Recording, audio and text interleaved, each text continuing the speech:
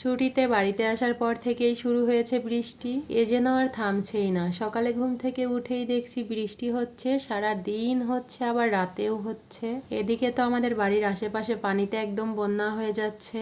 বাড়িতে আসার পর থেকেই হরেক রকমের খাবার, পিঠা সবকিছুই তৈরি করা হচ্ছে। আমার আম্মু এক এক করে সবকিছু করে আমাদেরকে খাওয়াচ্ছে, যেহেতু অনেকদিন পর এসেছি। এটা ছিল আমার বাবার বাড়িতে। হ্যালো এভরিওয়ান, আসসালামু আলাইকুম সবাইকে। আশা করছি সবাই অনেক বেশি ভালো আছেন। ভিডিওটি না টেনে সম্পূর্ণ দেখবেন, আমার আজকের ভিডিওটিও আপনাদের কাছে ভীষণ ভালো লাগবে। সকাল সকাল ঘুম থেকে উঠেই দেখি বাহিরে ঝিরিঝিরি বৃষ্টি হচ্ছিল। বাহিরে বের হয়েই দেখি আমার নানি তালের গোলা বের করতেছে। একদম গাছ থেকে পড়া পাকা তাল। প্রথমেই তো আমার নানি তালের খোসাটা ছাড়িয়ে নিয়েছে, তারপরে এই যে এভাবে করেই মাখতেছিল, একটার সাথে আরেকটা এভাবে গুতাই গুতাই নরম বানিয়ে নিচ্ছিল। এভাবে করে মাখতে মাখতে এত সুন্দর করে গোলা বের হয়ে যাচ্ছিল। আর এই গোলা দিয়ে কিন্তু তালের পিঠা, তালের রুটি বানিয়ে খাওয়া যায়, অনেক বেশি মজা লাগে। আমাদের এলাকায় এভাবে করেই তালের গোলা বের করে তারপরে এই তালের গোলাটা দিয়ে পিঠা বানায়, অনেক বেশি মজা লাগে খেতে।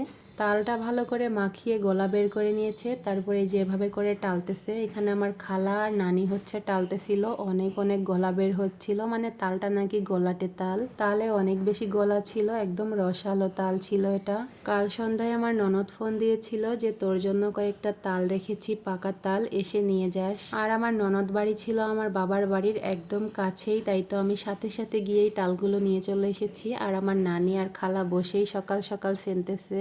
এই তালগুলো থেকে গোলা বের হওয়ার পর নাকি আম্মু কৌটাতে করে ফ্রিজে রেখে দিবে, মানে আমি যখন বাসায় যাব তখন আমাকে দিবে। শুধু তাই না, এখন আমাকে আবার পিঠাও বানিয়ে খাওয়াবে। তালটা প্রথমেই তো ভালো করে গোলা বের করে নিয়েছে, তারপরে যে একটা নেটের বেগে করে ভালো করে সেঁকে নেবে, মানে তালের ভিতরে যত আঁশ আছে ওইগুলাই নাকি বের করে নিবে এভাবে করে। আর এভাবে করলে গলাটা একদমই পরিষ্কার হয়। আমাদের তাল ছানা কিন্তু প্রায় কমপ্লিট। এভাবে করে গলাটা বের করে এর মধ্যে চালের গুঁড়া দিয়ে ভালো করে মাখিয়ে পিঠা বানানো হবে নারকেল দিয়ে। তালের গোলাটা কিন্তু অনেক বেশি আঠালো ছিল, এখানে বেশি একটা পানি ব্যবহার করা হয়নি, যার কারণে অনেক বেশি আঠালো হয়েছিল আর অনেকটা মিষ্টি ছিল। আমি তো পাশে বসে দেখতেছিলাম যে তালের গোলা কিভাবে বের করতেছে, আর আপনাদের সাথেও কিন্তু বসে বসে শেয়ার করলাম।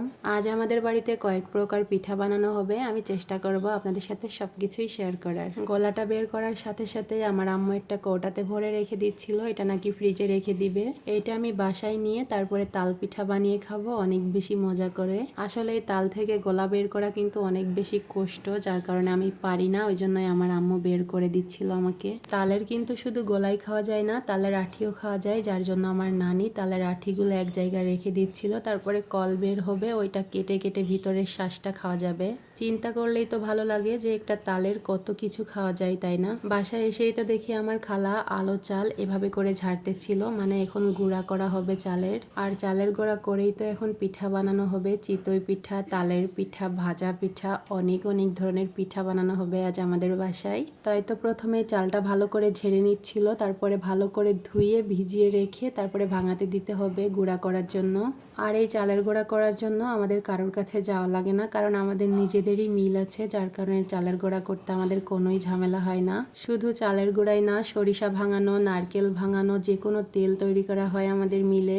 আমাদের মিলে অনেক অনেক কাজ হয়, যার জন্য আমাদের কোনো ঝামেলাই নাই। আমাদের যখন দরকার হয় তখন হুট করে গিয়েই আমরা করে নিয়ে আসি। এখানে আমার খালা হচ্ছে চালটা ভালো করে ঝেড়ে তারপরে কয়েকবার করে ধুয়ে নিচ্ছিল, যেহেতু আলো চাল একটু ময়লাও থাকে।